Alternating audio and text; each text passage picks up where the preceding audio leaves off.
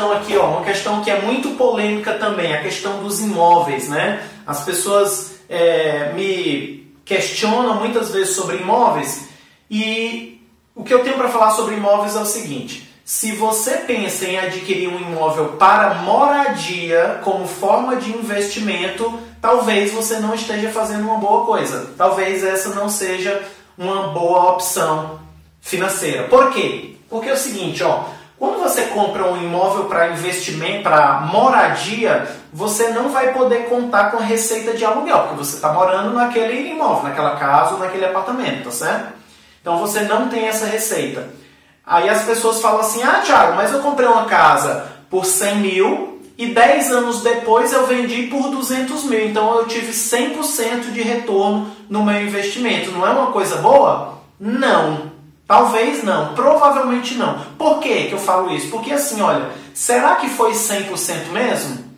Será que você não teve gastos com manutenção durante esses 10 anos? Pintura, trincas que apareceram, vazamento, telhado, calha, enfim, provavelmente, certo?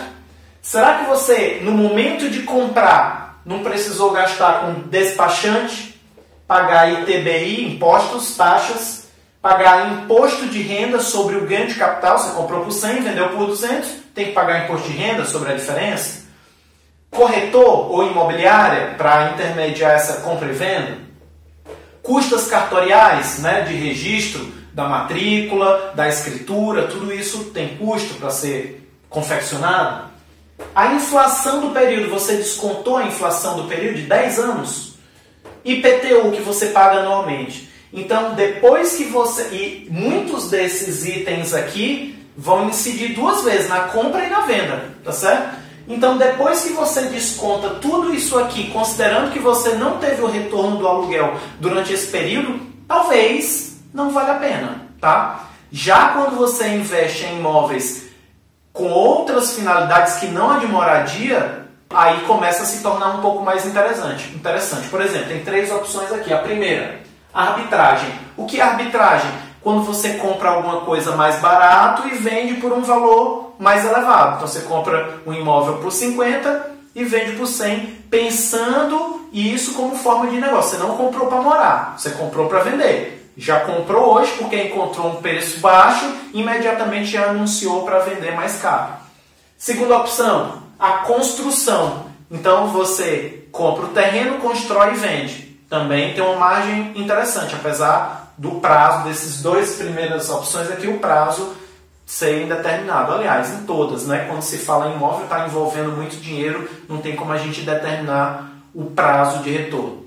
E o terceiro, que é o meu preferido, investir em terrenos, não em casa, não em apartamentos, mas em terrenos. Por que em terrenos? Porque é o seguinte, faltou um item aqui, que eu não coloquei, depreciação. Faltou descontar a depreciação, que é justamente o que eu vou falar agora. O que é a depreciação? Depreciação é a perda de valor de algo. Então, quando você compra, por exemplo, um carro novo e retira da concessionária, imediatamente ele já perde valor, ele se depreciou. E à medida que os anos passam, ele continua perdendo valor, ele vai ficando velho, então ele vai perdendo valor. Com imóveis, né, com construção, casa e apartamento, funciona da mesma maneira. Lógico, ele tem uma valorização por conta do passar do tempo, mas ele perde um pouco em função dessa depreciação, porque vai demandar manutenção, ele está ficando velho. Quando você tem um terreno, você praticamente não tem gasto com manutenção, muito pouco. Só da limpeza do mato, de repente de colocar uma cerca ou murar, né? Mas não tem manutenção com pintura, com calha, com telhado, né? Não tem isso.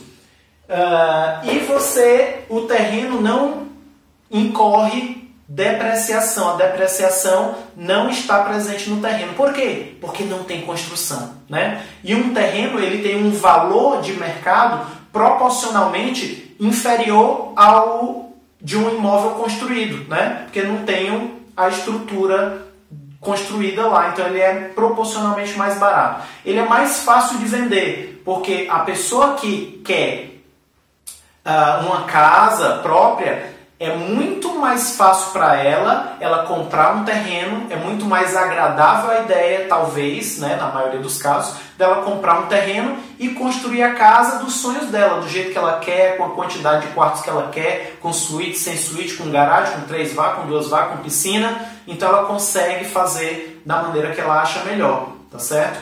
E ela pode também fazer no tempo dela. Ela compra o terreno, espera um tempo, junta um dinheiro, constrói uma parte, constrói outra. Então é muito mais fácil. Então terreno é a opção, minha opção favorita quando se trata de investimento em imóveis, tá certo?